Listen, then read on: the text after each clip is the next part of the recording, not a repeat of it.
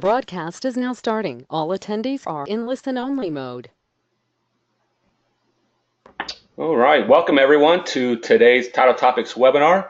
These are ALTA's free presentations that we offer each month on important issues to all of you title professionals across the country. I am Jeremy Yohe, ALTA's Vice President of Communications, and today we've got a great webinar lined up to help you understand the differences and nuances between commercial and residential transactions. I think we've definitely hit on a topic of great interest. We neared our record amount of registrations and had more than 1,500 people register, and that's only been eclipsed two other times, and those were both webinars that we held on TRID implementation. Before starting, I just need to touch on a few housekeeping items. You can download a PDF of the presentation from the GoToWebinar window pane. If you're not logged onto the system, you can also shoot me an email and I can send you a copy at the conclusion of the webinar. And my email is jyohe@alta.org. All participant lines are muted for today's presentation. If at any time you have a question, we will hold a little bit of time at the end for some Q&A, and you can just submit your questions through the questions box. And as an added benefit, today's presentation is being recorded. As I mentioned, we may hit our capacity, so if you have any co-workers that couldn't get into the system, have no fear. Being recorded after the file is processed, we will send a link to the recording within a day after the conclusion of today's presentation. I do need to thank Fidelity National Title Group for sponsoring our Title Topics webinars this year. Their support allows us to continue providing these educational opportunities free of charge. And with that out of the way, let me introduce today's featured speaker. Joining us today is David Herron. David is the National Marketing Director for National Due Diligence Services. David has been in the real estate industry for more than 35 years, and he will also introduce a few other people on his team that will offer some insight as well. And with that, David, I'll turn the presentation over to you. Very good. Thanks so much, Jeremy. I appreciate it very much. And I want to really thank ALTA for the opportunity, first off, and certainly to the Fidelity National Title Group for sponsoring the program and the webinar. And it's just a great opportunity to be able to present to the ALTA members out there. Just a little history on us, and then we'll move into the topic. But National Due Diligence Services is a division of American Surveying and Mapping, or ASM. And we are a national land surveying and professional due diligence firm established in 1992 with over 25 years in the business. We are one of the nation's largest private sector survey firms with a staff of over 150 professionals. We're located in Orlando, Florida, where I'm not going to rub it in, but it is cold weather here. It is actually about 60 degrees. I have a feeling we almost hit the capacity for the program because many of you simply may be snowed in somewhere, so you have no choice but to jump online. But we do appreciate everyone involved. We are going to discuss commercial versus the real estate transactions. We're going to touch on residential being a little more systematic and regulated. Commercial transactions certainly has its complexities. We'll touch on the due diligence phase of the commercial transaction with the ALTA survey, some of the related title endorsements themselves, and other commercial due diligence needs that don't so much affect title, but very much affect the actual transaction for a commercial site. And those would be environmental assessments and property reports and seismic risk assessments and zoning and others, but those to name a few. Now, the fact that we are not a title insurer, I have in fact engaged kind of a panel of subject matter experts, if you will, that will help us to offer a little more detailed explanation in certain areas where we are not specifically experts. So one of those that I have engaged on the panel will be Brett Moskovitz. He is the president of ASM and NDDS.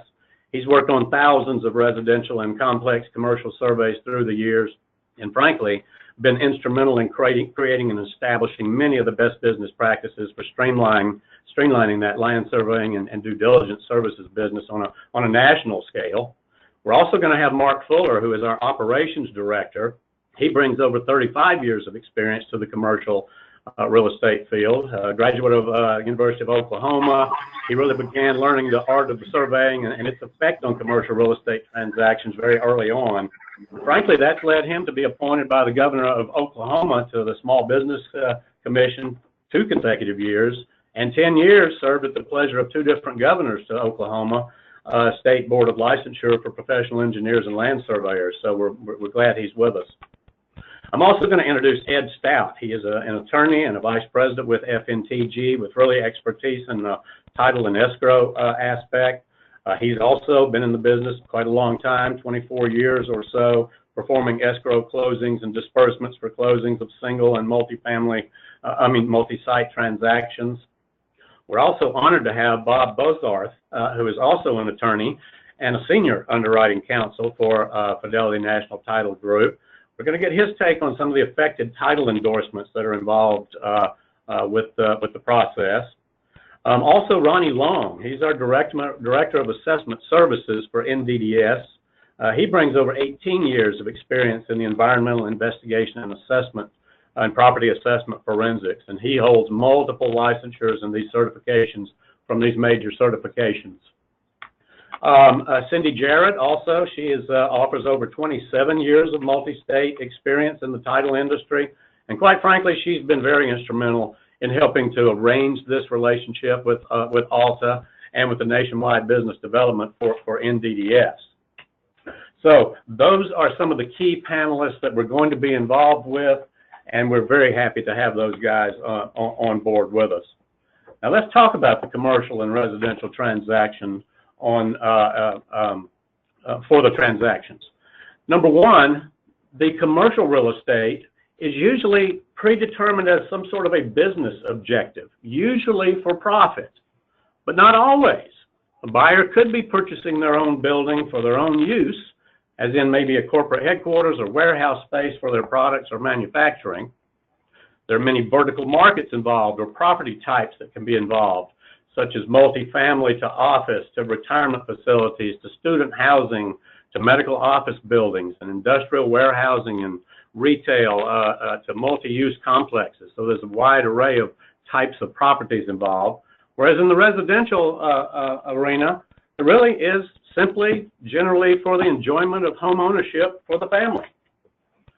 Now, so let's talk about RESPA just a minute. How does it impact the commercial aspect? All of you likely understand RESPA and really the primary role that it plays in the residential arena. Primarily a few things. One, consumer protection, helping consumers become better shoppers for the settlement services. It'll mandate certain disclosures that are required, and it eliminates kickback and referral fees, thereby leveling the playing field in the industry.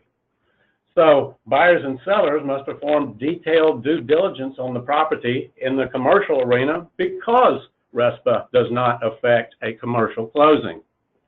The lack of RESPA, though, frees those parties to be much more creative in structuring that deal and in the types of closing documents that they may choose. So obviously, RESPA has huge impacts on the residential closings. Number one, it acts as a main federal law that governs residential sales. It also governs the form of the closing documents to be used. It protects that home buyer from being deceived, thereby replacing the need for extensive due diligence needed by a commercial closing. Hang on just a second, I just had something pop up on my screen, I'm sorry. As far as the commercial transaction is concerned, there are no rules. RESPA only affects commercial closings in a couple of ways. Buyer and seller must now perform detailed due diligence on the property and on the other transaction parties. Bottom line is, the buyer tries to preserve the right to withdraw from the deal, and the seller tries to limit the right of the buyer to withdraw from that deal. Now, what about the transaction parties involved in a residential versus commercial? Residential, pretty cut and dry, usually very systematic and regulated. In the commercial, with a buyer, a seller, title, escrow, and usually a single lender involved. The commercial, on the other hand, potentially much more complex. It could be several large legal entities for both the seller and the buyer. There could be multiple lenders. There could be multiple multiple title companies, depending upon the size of the deal, if in fact co-insurance is needed due to the size of that deal. It also could be multi-site and multi-state portfolios of properties involved with it.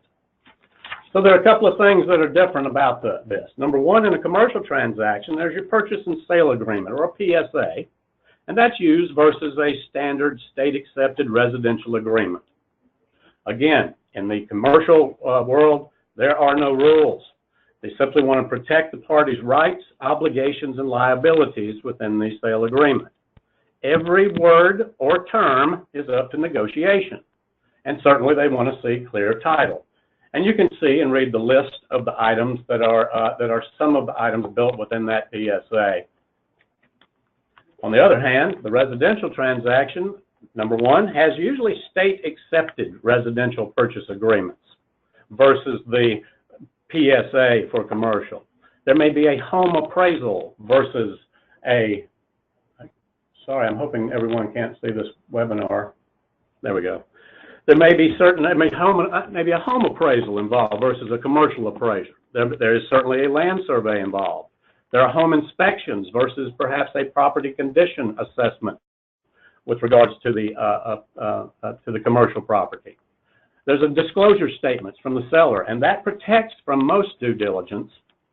Also, natural hazard disclosures, and that's primarily a California product, but those types of products, those types of disclosures are kind of rolling themselves across the country from state to state as we begin.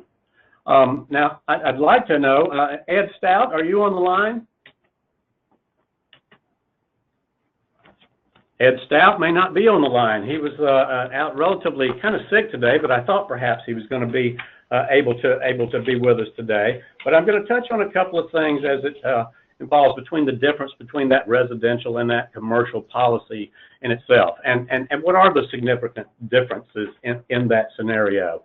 And certainly they can be anything from very intricate and detailed commercial policy with a Schedule A and a Schedule B that has a page after page of itemized exclusions from the policy. The residential, a little bit more cut and dried, if you will. So let's go to the next step. What are the steps to the closing of a commercial real estate deal? And they really go through several things. Escrow, the signing authority verification, due diligence, and the signing and processing title and the closing documents. Bob, with Ed not being here, perhaps you can discuss kind of briefly some of that escrow aspect of the property. I know I didn't have you quite prepared for this scenario, but I'm thinking you may be able to discuss a few things on the next 3 slides. Can you help? I'll do what I can. So in the typical commercial real estate transaction, obviously the title insurance company gets an order from someone who is seeking title insurance.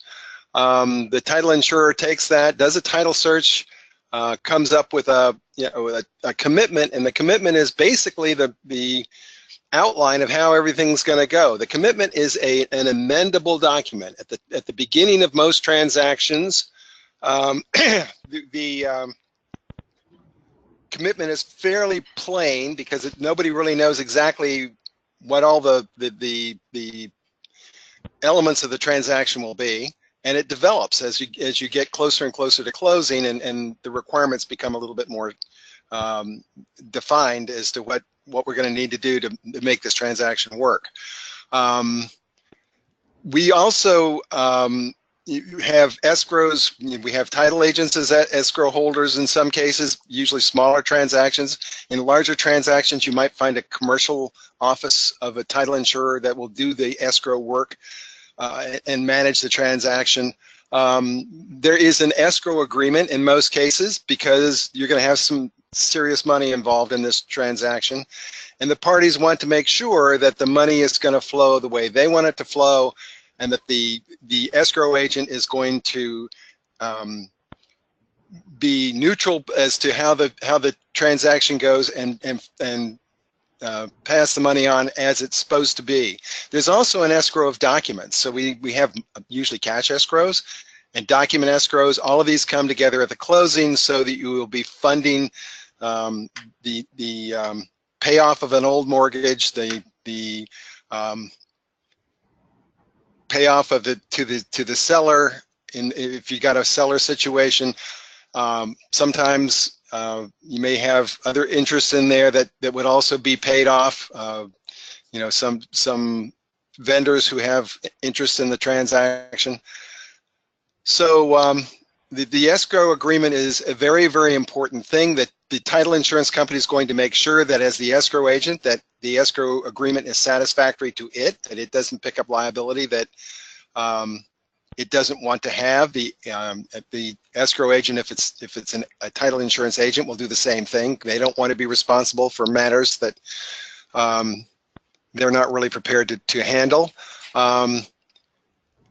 You're going to find that in almost every case, escrow instructions and escrow agreements have to be in writing, have to be well negotiated so that everybody is satisfied with them.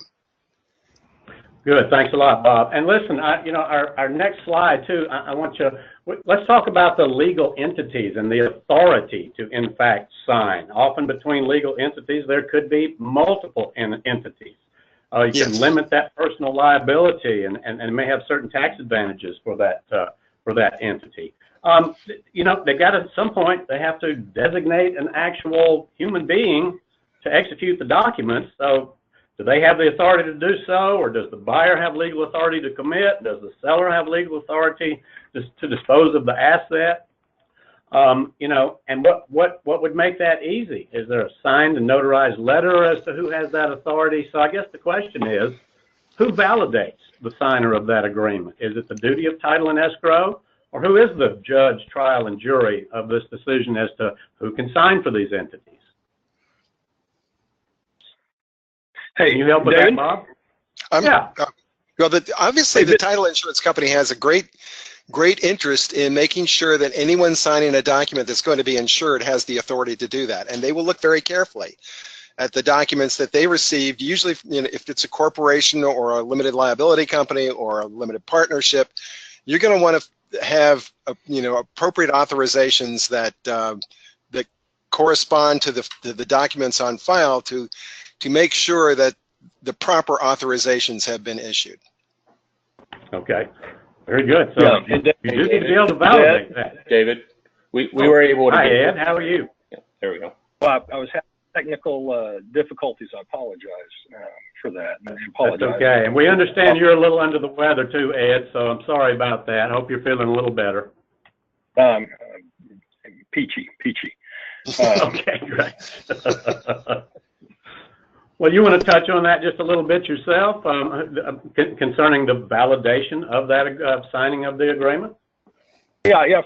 From our standpoint, it's certainly incumbent upon the title insurer to to check all authority documents, make sure that the entity is validly created, and also that it's in good standing. You know, and a lot of times we're dealing with multi-tiered or many-tiered entities. You know, you may have an LLC with a bunch of different contingent members and managers and things. So, you know, there's going to be a lot of review of operating agreements and to make sure the necessary consents are there. So that's on a complex commercial deal. It's a big part of the underwriting process. So. That's something that does take a good bit of time, and you need to get out in front of to get that documentation provided sooner rather than later, because a lot of times we're talking about many pages, and it seems like the more sophisticated the deal is, actually sometimes is a bit easier. Like anything, if you have a relatively small deal or people maybe you're not sophisticated parties, then you may have a lot more issues just trying to round up your organizational information and get what you need. So it just needs to be attended to sooner rather than later. I think that's a big yeah. Thank you, Ed. Yeah, I would assume that would need to take place very early on in the process, and perhaps at or around the time that the PSA is in fact signed and maybe title is ordered. Wouldn't that be appropriate? Well, you know, a lot of times it's not done quite that quickly, but you know, it's certainly something. But it is something to have, you know, or to get early on in the process. So yeah, I mean, certainly to the extent that it can be obtained early, that's always ideal.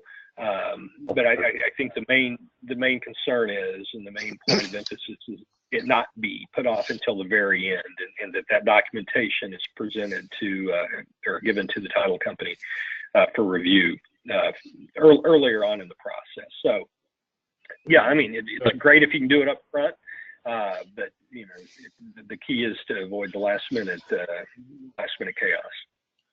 Sure. All right. Thanks a lot, Ed. Sure do appreciate it very much.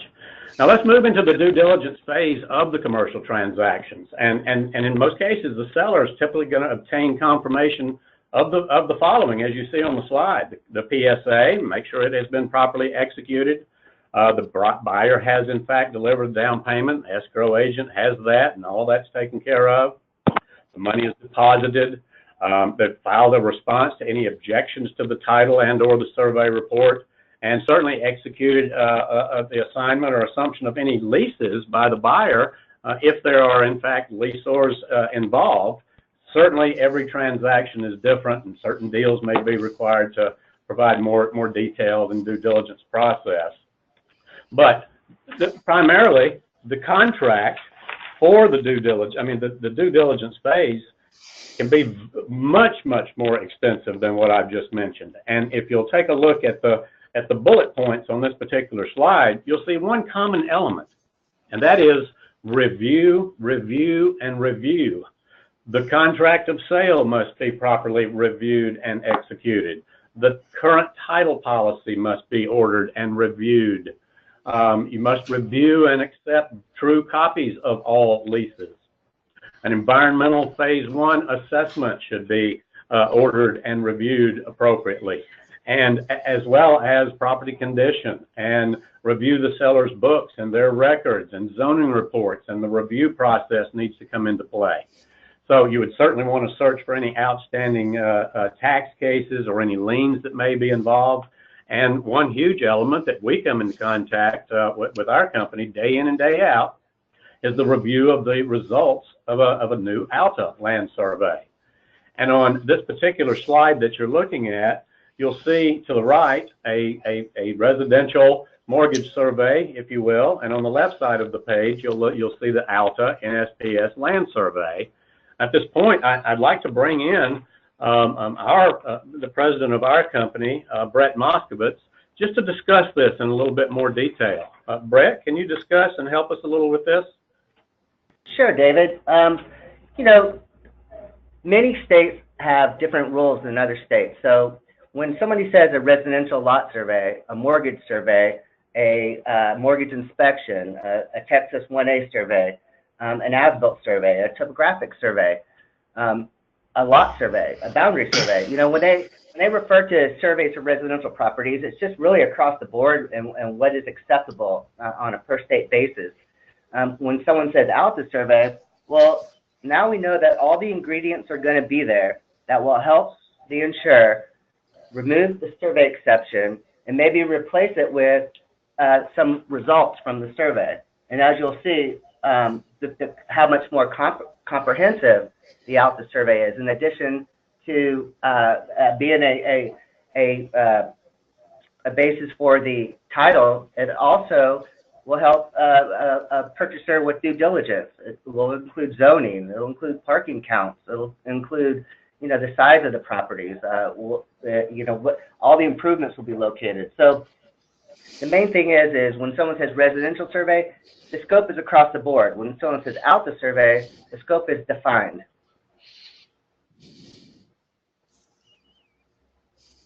Great, that's great. Thanks a lot. And you know, I flipped slides to discuss a little bit about some of the ALTA standards and how that applies to the ALTA survey. Can you expand on that a little bit? Well, so the ALTA standards Basically, once again, it was put together for the purposes of the insurer to be able to rely on. The ALTA standards also includes optional Table A items, which includes other ingredients that could either help the insurer but also help the due diligence process for the buyer. Okay, and you can see, most of you on my slides here, that the real purpose of the standards themselves are when asked to ensure title to land without exception as to the many matters which might be discoverable from survey and an inspection, which are not evidenced by public records. So the land surveyor is on site to find things that are not of record, as well as the review and understand the things that are of record. And so that this can all be acceptable to a title insurance company simply for the purpose of ensuring title to said real property, free and clear of any survey matters at all. Now, Brett, here's an example of an ALTA survey. You want to discuss some of the elements of it? Sure, David. So, like I said, the ALTA survey is going to include a consistent ingredient, which is it's always going to show information based on the title commitment, such as all the exceptions. The easements are going to be plotted and identified to see if there are any encumbrances, buildings and easements, things like that. Make sure public access is there, contiguity. The ALTA survey is going to touch on things like building setback information. It's going to touch on whether or not rights-of-ways have changed or in the process of being changed, whether or not the property is used as a dump site, whether or not there's been any cemeteries observed while doing the survey. The ALTA survey is going to show any encroachments, which will probably show up as an exception once the title commitment is complete and for the actual policy. Great, that's a lot. Appreciate that. So you see, title and survey really must work together. Certain survey exceptions that we've discussed, the who, what, where, when, and how. Title will review the contract requirements from the PSA. They'll send a copy of the title commitment and copies of the Schedule B documents to that surveyor. The commitment itself may need specific survey requirements, which, as Brett alluded to, are the Table A or optional items. Certainly want to confirm the legal description of the property, which can be quite complex when with regards to a commercial site. And back to the review question, you've got to review that survey upon receipt and prior to closing. Now, what are some of the title endorsements that apply as it relates to the ALTA survey? Most of these title endorsements, and many of them include endorsements such as same as survey, access, which is ALTA 25, access, which is ALTA 17, contiguity, which is ALTA 19, and easements and encroachments on the survey. So I'd like to bring Bob back into the discussion so he can discuss just a little bit more detail on these various endorsements. Bob, can you help?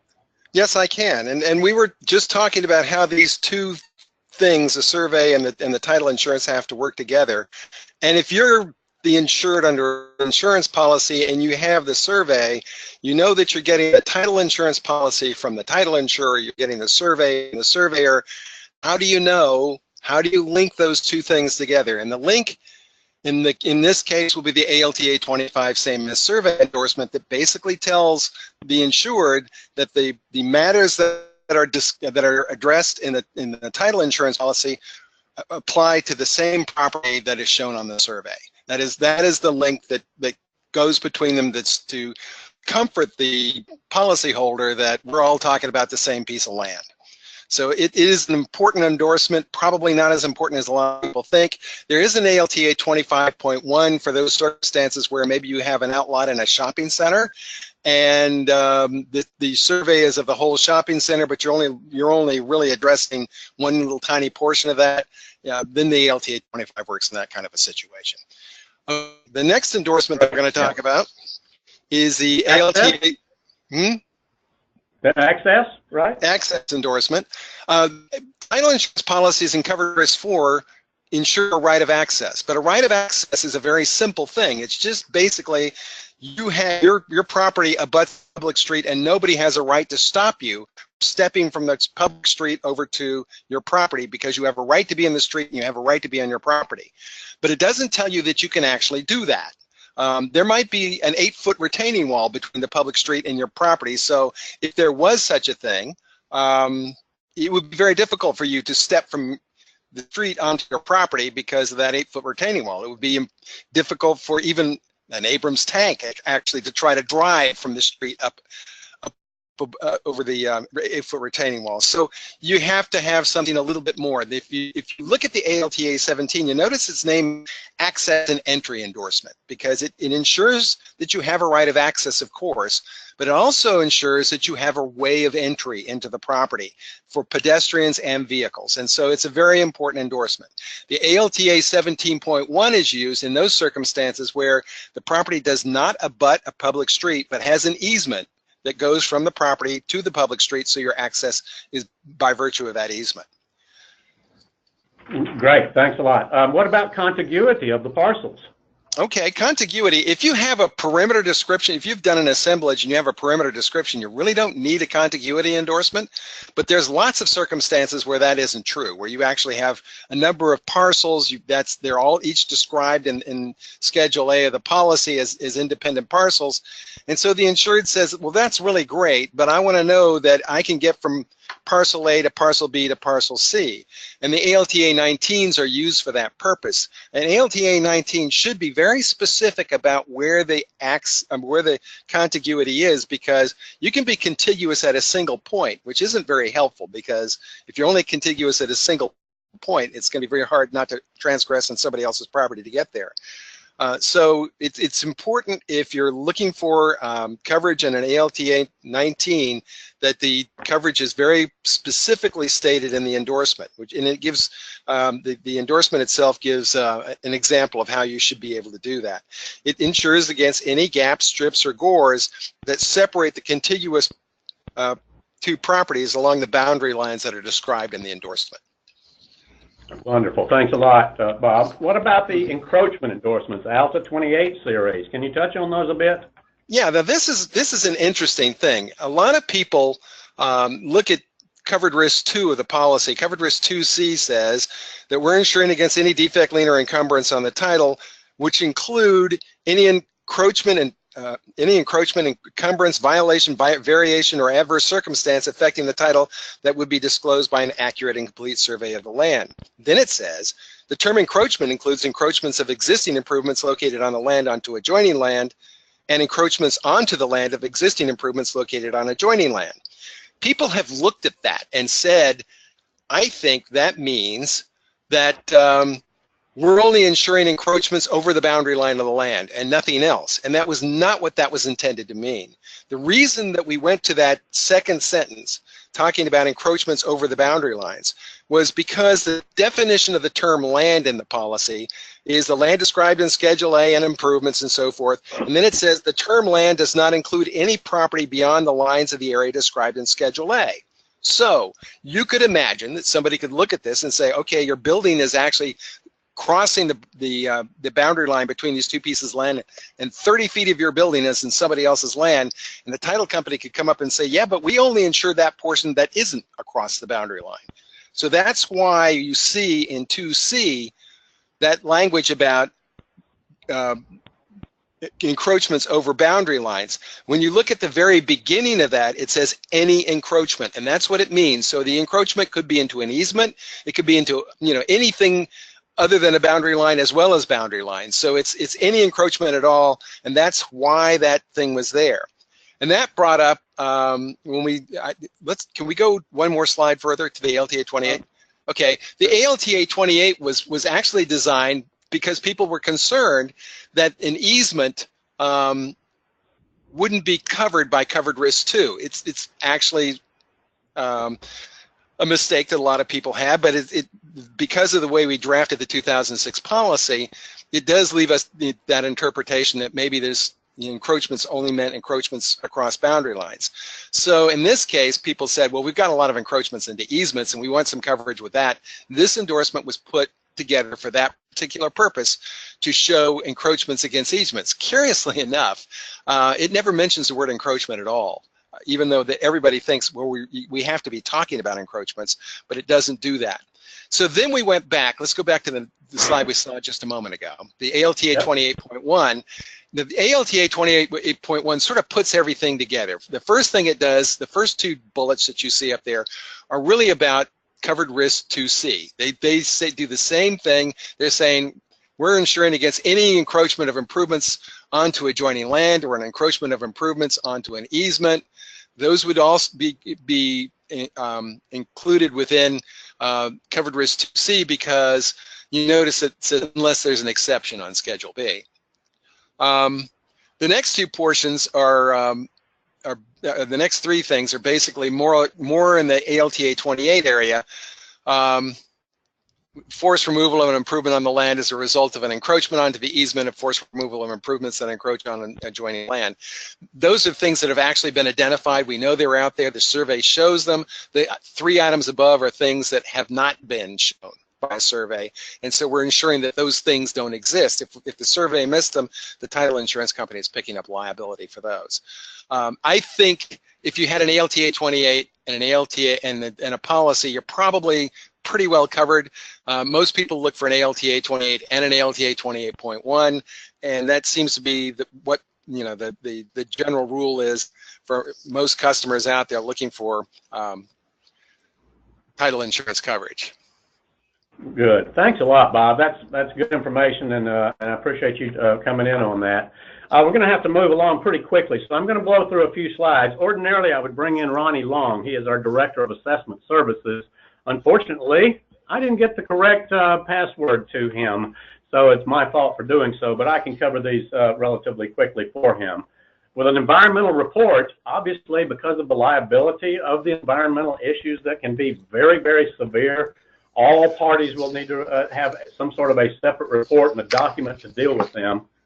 The buyer wants some statement from the seller stating the property is otherwise free from issues, and of course the seller wants to try to avoid making any such statement. So environmental issues are a huge aspect, and as part of the third-party reports that would be reviewed, the Phase 1 environmental assessment is in fact one of the primary reports for that. Now, you'll notice it talks about American Society for Testing Materials, ASTM. ASTM is the kind of the governing or set of guidelines, national guidelines that drive what should be included in this type of a report.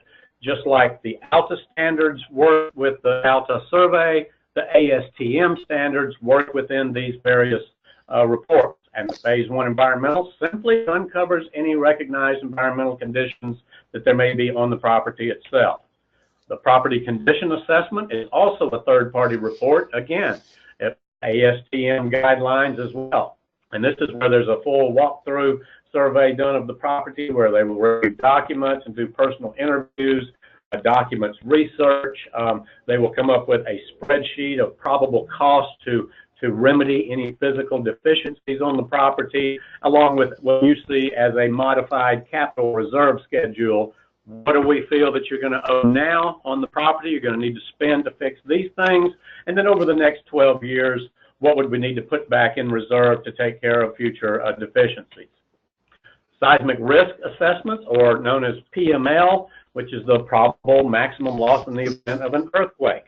Again, it has ASTM standards that are attached to it. Of course, this is mostly a West Coast type of a product, but don't be surprised to see this as required by a lender in other parts of the country as well. It's based on the map that I'm circling here that has a zone 1 through 5, I think. And so certain areas of the country, in fact, require a PML. Now, zoning, let's talk a little bit about zoning, because buyers really want assurances that the property itself is, in fact, zoned correctly for not only its current use, but what the intended buyer's use would be to the property itself. And for that, there are specific, a zoning report is required, and both the loan and the owner's policy have certain exclusions for zoning matters. Customers routinely request this coverage if it's available in their state. And again, survey plays a very significant role within this particular, within the zoning survey relationship as well.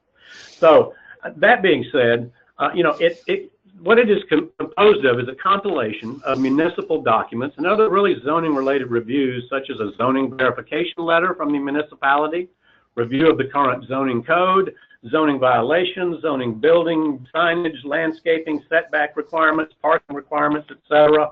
All of these are designed to issue a conformance status of the site itself, whether if it's legal conforming, legal or non-conforming, or illegal, not in conformance at all. So, the zoning and the survey, I'd like to roll this to Mark Fuller if I could. He's our Director of Operations and very familiar with the zoning aspect as it relates to the land survey. Mark, can you maybe hit on these top three? Sure. I mean, David, I think you covered it very well. You know, most of the commercial buyers are going to request a zoning report, a comprehensive zoning report that will compare the survey to the zoning ordinance. They're going to verify things such as parking count, setbacks, as you said earlier, permissible use, bulk and height restrictions, and then that's going to be used by the title company and by the buyer to negotiate certain endorsements. Okay, and let's talk about that. Thank you, Mark. ALTA does have 3 different zoning endorsement forms that are often requested, and I'm going to come back to Bob on this to see if we can get through it fairly quickly and be brief, but there's an unimproved land endorsement. There's a completed structure and an land under development endorsement. Bob, can you touch on these fairly brief? Yes. I realize we could cover a full seminar on these, but if you can get the highlights, that would be great. Okay. Okay. With the unimproved land endorsement, this is the least favorite of these endorsements. All it really does is tell you what the zoning classification is, and that the uses that are permitted under the zoning ordinance for that kind of land. It doesn't do anything else. It doesn't tell you that there's been any compliance with that. The ALTA 3.1 is the endorsement that everybody seeks in most cases. It basically ensures that there has been compliance with respect to 5 items. And those items are listed as A, B, C, D, and E on the slide.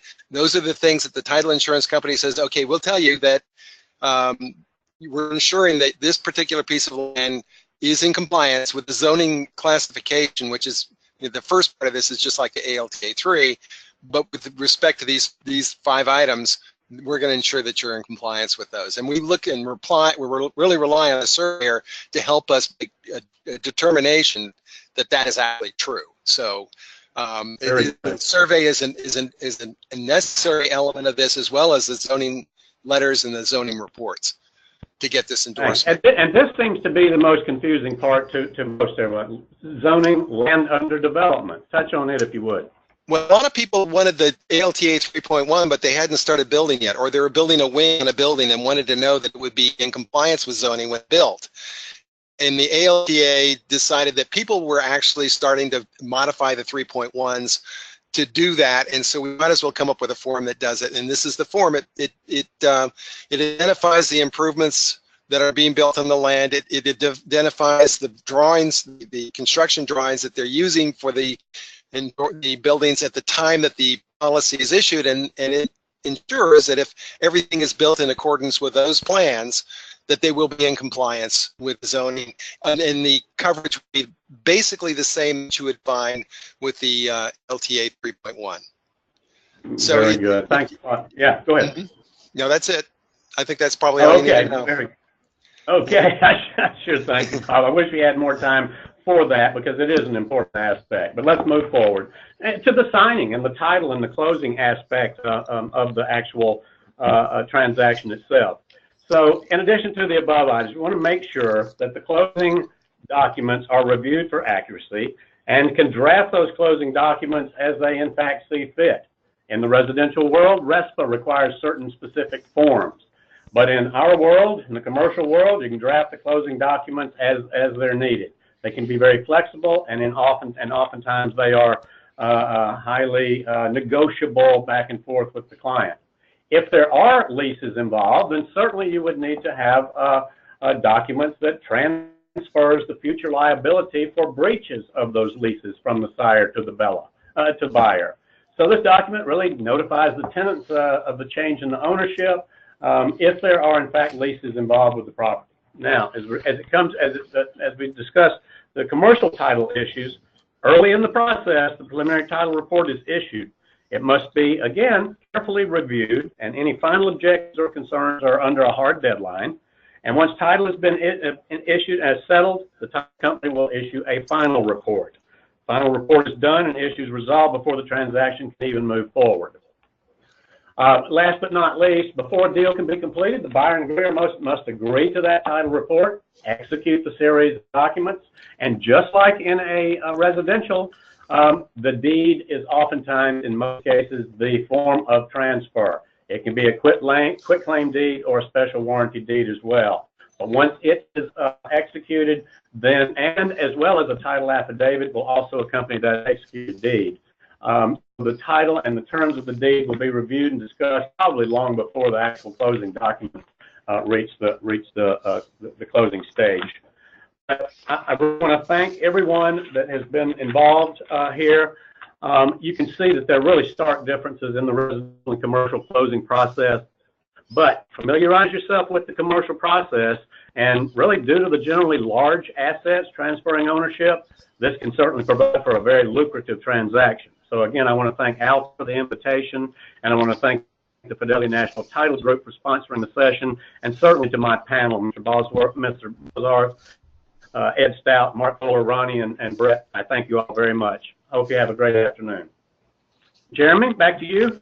All right, David and team, thanks a lot. And as we mentioned, we will hold some time for Q&A, so don't jump off the call yet.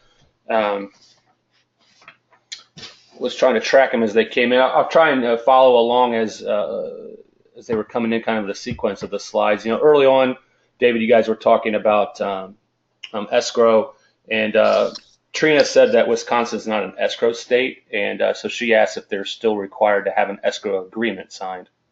Anyone on any of the speakers? Yeah, Ed or Bob, if you guys are on, can you help with that? Well, if you're holding money for the transaction to pay a lender off or for any other reason, yes, you would need an escrow agreement to make sure that that everybody understands the conditions under which the money will be paid, and who's how it's going to be held and so forth. So even though you don't have that formal escrow situation, that California would be probably the most outstanding case where escrow is an independent function. There usually is some escrow of either documents or cash in most real estate transactions. And if you do have that, it's good to have an escrow agreement to manage how that's going to be handled. All right, thanks, Bob. Okay, thanks, Bob.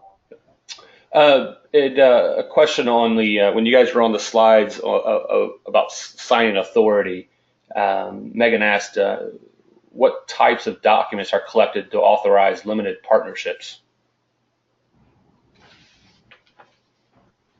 Well, certainly the partnership agreement will tell us a lot. Tell us who the limited partners and the general partner are, and what authorities they have. Generally, the general partner will be the person who has the authority to execute most documents with respect to the real estate. We want to know who that is. We want to know if there's been any changes in that authorization, and if in some cases we may request that the partnership or the corporation or whatever it may be, LLC, issue a specific designation of someone to be authorized to sign the documents. Thanks, Bob. What else, Jeremy? All right, we are getting actually a lot of questions coming in now. We'll try to get to as many as we can. I'm guessing some may be fairly simple, and some will be more complex. This one, Gary asked, if you just want a little clarification. The ALTA survey, is that's a requirement for commercial properties, but not a requirement for residential. Is that correct? Brett, would you like to talk about that just for a moment? Well, every state has different requirements, and I have never seen an ALTA survey as a requirement for a residential property. Right. However, a lot of times when you see whether they're, I've seen properties that usually once they go up to $3, $4, $5+ million, it's not uncommon that we are requested to do an ALTA survey. And the reason why, typically at that level, at that price point, they usually have counsel. So they have representation that are advising them, to get the Cadillac or get the best type of due diligence on properties like that. It's not a requirement. Okay, thanks. This is maybe not a question, but more a comment, and I don't know if any of the speakers want to add any more color, but Catherine says that access and zoning endorsements are prohibited in Florida.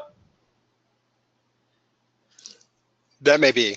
There are zoning endorsements are also prohibited in New York. They're Okay. simply not allowed. Florida is a state where, by regulation, title insurance forms are promulgated by the state, not by the title insurance companies. So the companies are limited to those forms that the state allows. Okay. All right. Thanks, Bob. And now, David, you guys are talking, not governed by RESPA, so you don't have to use the loan estimate, closing disclosure. But this question of, is there a rule of thumb on the type of form that is used? Is it still the HUD, or is it a cash settlement statement? Generally, Ed, are you still on? Yeah, or go ahead. Go ahead. I don't know if Ed was there. Generally speaking, in a commercial transaction, you do not use a HUD. You use a settlement statement. Okay, thanks, Bob. All right, trying to parcel through here. Got a few more minutes.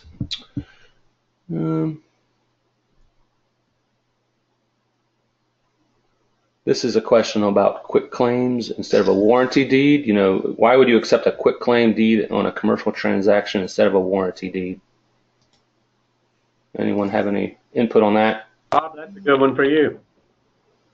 Generally speaking, it's because the seller is not going to agree to anything less than anything more than a quick claim deed.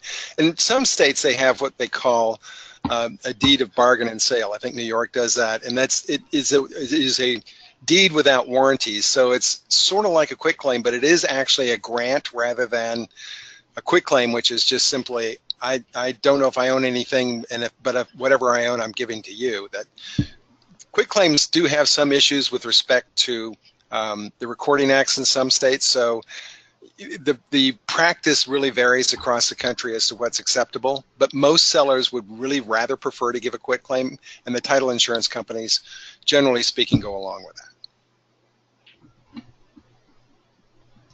Okay, great. All right. Jeremy, what else?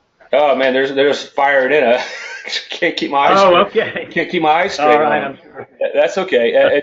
Just a reminder, the webinar is being recorded, and if you can download a copy of the presentation from the handout section there in the Go to Webinar pane, it should be a PDF, and you should just just click on it to download.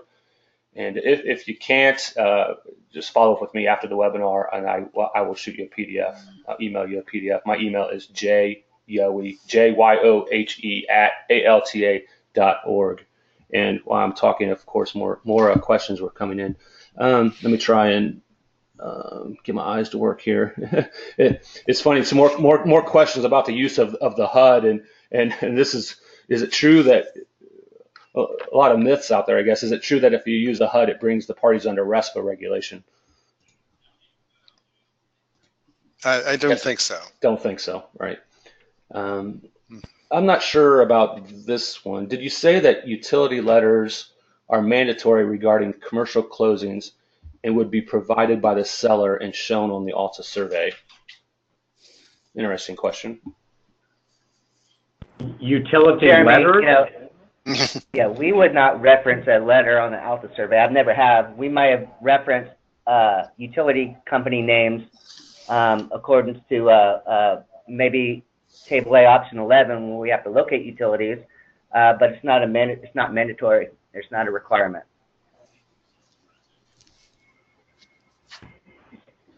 Okay, thank you. And maybe there's, just to alleviate any confusion, more questions coming about what forms you use. Any good guidance on what to use, what forms to use?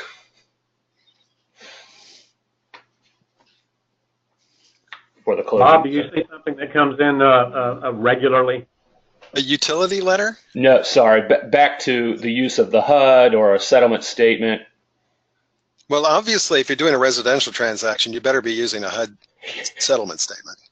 Yeah. That would be required. If you're doing a commercial transaction, generally speaking, you don't use a HUD settlement statement. And you can use whatever form, generally speaking, that the parties sort of work out the form in the settlement statement, or the title insurance company uses the form that it chooses to make that, to be the settlement statement generally. So there's no federally governed form.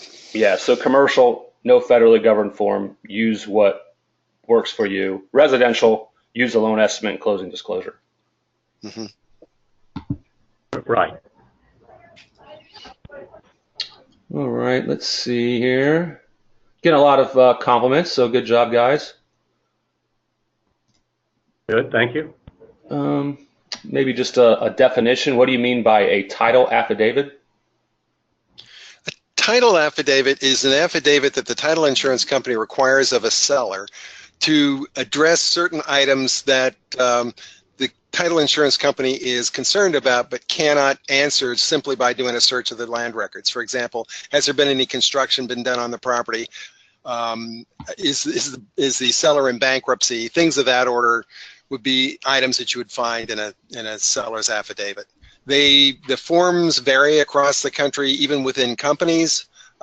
So and sometimes the seller's affidavits are matters of some negotiation.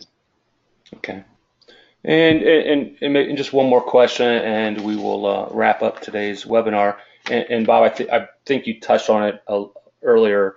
A question of whether or not all ALTA endorsements are approved for use in various states, and this one in the state of Florida. And I'm guessing it depends on what forms are. Yeah. There are a number of states that, Texas, Florida, and New Mexico promulgate forms, which means that you use the forms that are allowed in those states. Other states may deny approval for certain forms simply because they don't think that's proper for title insurance, but they may be available in many other states. Generally speaking, in most states, virtually all of the ALTA endorsement forms are available, but there are a handful of states, as I say, that may or may not accept certain of those forms. Okay. All right. And Laura, thanks for the note. Nice plug. She's in Indiana, and in Indiana they use the ALTA settlement statement for their commercial transactions. So the ALTA settlement statement is available for download on ALTA's website, alta.org. And with that, we will go ahead and conclude today's call. If we didn't get to your questions, feel free to reach out to David, and he can connect you with any of the experts. As I mentioned before, if you missed any parts of today's webinar, or if you think others in your office would benefit from listening, a recording of the presentation will be available for replay. We'll send a link to the recording in a day or so. Looking ahead, next month we will dig into the development of ALTA's Our Values program and share what we lead, we deliver, and we protect is all about. And also want to touch on here this last slide that David's brought up. ALTA will be hosting its first ever commercial network meeting June 3 through 5th in Chicago. So wanted to definitely mention this, and so we had actually reached our cap of 1,000 people on today's call. If you're currently engaged in commercial work, this is going to be a good meeting for you to network and learn about trends and public policy that may impact the commercial business. Registration will open here in a couple of weeks. So just watch for a notice about that. There will be limited registration, so once it does open, you will need to register quickly. And if you are interested, again, you can reach out to me. You can book your hotel rooms at the Ambassador Hotel. We have a link for a save the date marketing email that we sent out the other day. And if you do also need more information, you can contact Elizabeth Blosser, and her email is Elizabeth, ELIZABETH, as in boy, at alta.org. And with that, David and your team, thanks again for providing today's insight on commercial transactions. And to wrap up, I just need to thank Fidelity once again for sponsoring our webinars. And with that, take care, everyone. Thank you very much, everyone.